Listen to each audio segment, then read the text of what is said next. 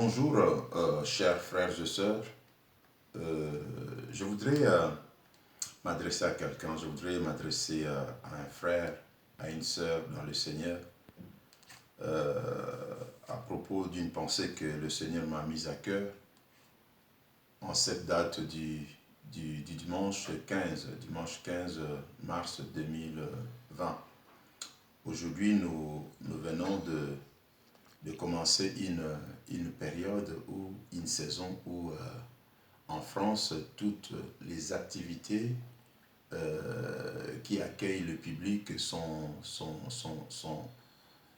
interdites, y compris le lieu de culte. Le lieu de culte, le gouvernement dit qu'il reste ouvert, mais sauf qu'on ne peut pas avoir de rassemblement ni de cérémonie. Donc, en d'autres termes, il n'y a point d'activité même dans les églises. Alors, je voulais euh, apporter cette pensée que le Seigneur m'a mise à cœur, que j'ai intitulée « Ne crains rien ». Je m'adresse à toi, mon frère, je m'adresse à toi, ma soeur, toi, enfant de Dieu, dans cette période de turbulence, dans cette période d'incertitude, dans cette période de danger, ne crains rien. On dit ne crains rien à quelqu'un qui se trouve dans un terrain dangereux. On dit ne crains rien à quelqu'un qui se trouve dans une situation compliquée. Alors, je te dis ne crains rien parce que le monde dans lequel nous vivons, c'est un monde difficile, c'est un monde compliqué, c'est un monde où la corruption et l'injustice dictent les choses. C'est un monde où la pauvreté, c'est un monde où le maladie, où le dictature, les tueries massives, les guerres, le terrorisme, la migration massive et mortelle, les catastrophes naturelles, etc., etc., ce sont là les réalités de ce monde dans lequel nous vivons. Et comme si cela ne suffisait pas, depuis 2-3 mois déjà, nous vivons cette épidémie à l'échelle mondiale du coronavirus qui n'épargne aucune classe de la société. Le gouvernement du monde se trouve dépassé par cette crise sanitaire au point où presque toutes les activités sont interdites et presque toutes les frontières se ferment. Donc voilà la réalité, voilà les tableaux de ce monde dans lequel nous vivons. Alors dans cette situation, que faire? Où et comment se protéger? Où trouver les refuges? Qu'est-ce qu'il faut faire? Que faire dans cette situation? Laisse-moi t'assurer, cher frère, chère sœur, que le monde n'a pas de solution. Le monde n'a pas de solution durable. Les gouvernements sont dépassés, le système économique dépassé, le système social, le système sanitaire dépassé. Et laisse-moi t'annoncer que notre seul refuge est dans le Seigneur, l'éternel Dieu, créateur de toutes choses, le Dieu tout-puissant, le Dieu capable de tout, le Dieu amour, qui nous a envoyé son Fils Jésus-Christ sur la croix afin que l'humanité soit sauvée. Un psalmiste déclare ceci: « Je lève mes yeux vers les montagnes. D'où me viendra le secours ?» Naturellement, il s'est retrouvé dans une situation compliquée, il s'est retrouvé en danger. Et dans cette souffrance, dans son danger, dans cette complication, il se pose la question: d'où me viendra le secours? Et il donne lui-même la réponse, naturellement, sûrement au travers de l'inspiration du Saint-Esprit: mon secours vient de l'Éternel. Et peut-être toi aussi, tu te poses des questions dans cette situation, dans cette réalité, dans ce monde. Où pourrais-je trouver la solution? Où pourrais-je trouver les secours? Où pourrais-je trouver les soulagements? Laisse-moi te dire, il n'y en a pas ailleurs que dans le Seigneur Jésus-Christ. David dit ceci: « Quand je marche dans la vallée de l'ombre de la mort, je ne crains aucun mal, car tu es avec moi. » Il dit, Seigneur, parce que tu es avec moi, quand je marche dans la vallée de l'ombre de la mort, je ne crains aucun mal. Quand je suis en danger, je ne crains aucun mal. Quand je suis dans une situation compliquée, je ne crains aucun mal, car tu es avec moi. Laisse-moi t'annoncer, Seigneur, bien-aimé, pardon, nous avons besoin d'espérer en l'Éternel. Il est notre espoir. Encore, David nous dit, ceux qui espèrent en lui ne seront jamais confondus. Quand on espère en lui, le stress ne peut pas nous dominer. Quand on espère en lui, la détresse ne peut pas nous dominer. Quand on espère en lui, la crise, peu importe sa nature, ne peut pas nous dominer.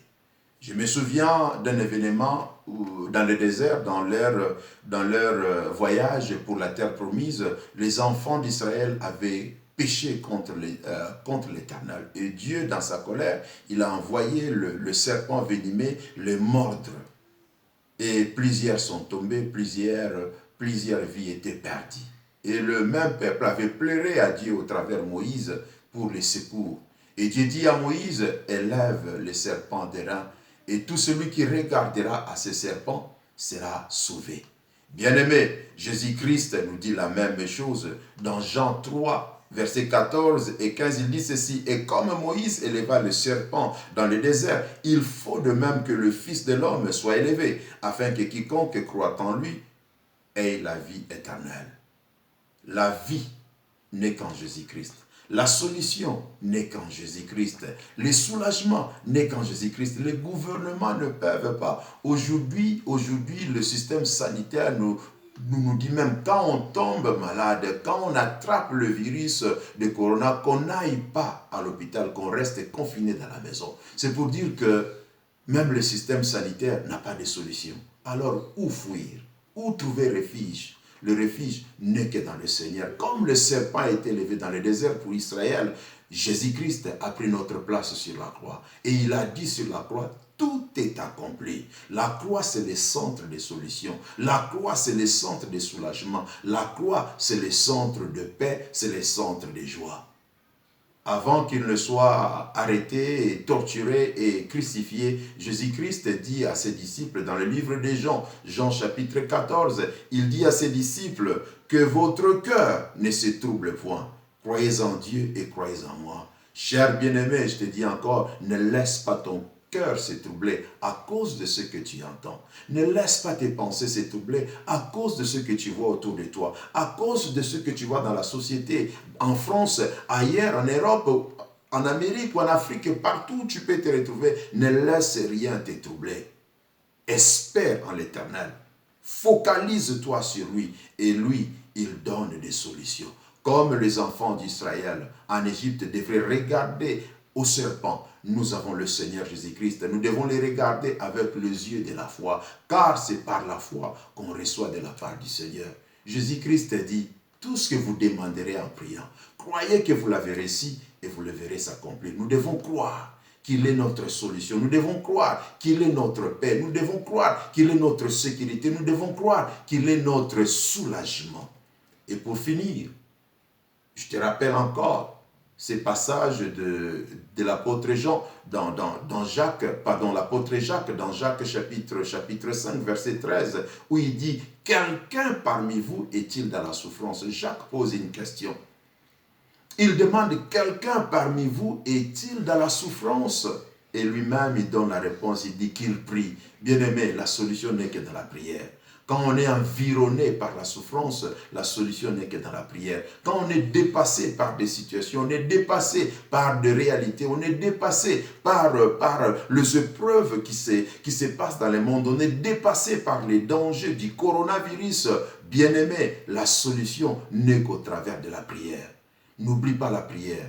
Même si tu prends des dispositions sanitaires, hygiéniques, n'oublie pas la prière. La prière fera ce que l'hygiène ne pourra pas faire. La prière fera ce que le gouvernement ne peut pas faire. La prière fera ce que le médecin ne peut pas faire. Ne crains rien. Ne te laisse pas troubler. Ne perds pas confiance. Ne perds pas la joie. Ne perds pas la paix de vivre. Concentre-toi sur la parole du Seigneur et souviens-toi, la prière, c'est la solution. Ainsi je déclare, Bien-aimé, que la main de l'Éternel soit sur toi. Que la main de l'Éternel soit sur tes proches. Que la main de l'Éternel soit sur tes entreprises. Que la main de l'Éternel soit sur tes projets. Pendant ces temps de turbulence, pendant ces temps de détresse, ces temps de malheur, ces temps de danger, que les ténèbres ne te touchent pas, que la contagion ne te touche pas, que la contamination ne te touche pas, que les crimes ne te touchent pas, que les attaques de l'ennemi, les stratégies diverses de l'ennemi ne te touchent pas. Reste protégé, reste rassuré, dans la maison comme à l'extérieur, la nuit comme la journée. Partout où tu te retrouves, que la main de l'Éternel te protège. Toi qui as reçu Jésus-Christ comme Seigneur et Sauveur, que la main de l'Éternel te couvre. Toi qui fais confiance en Dieu, que la main de l'Éternel te couvre la nuit comme la journée. Sois béni, sois en bonne santé et sois prospère à tous égards. Et reste excellent pour le Seigneur. Au nom de Jésus, Amen. Sois béni et à bientôt. Au revoir.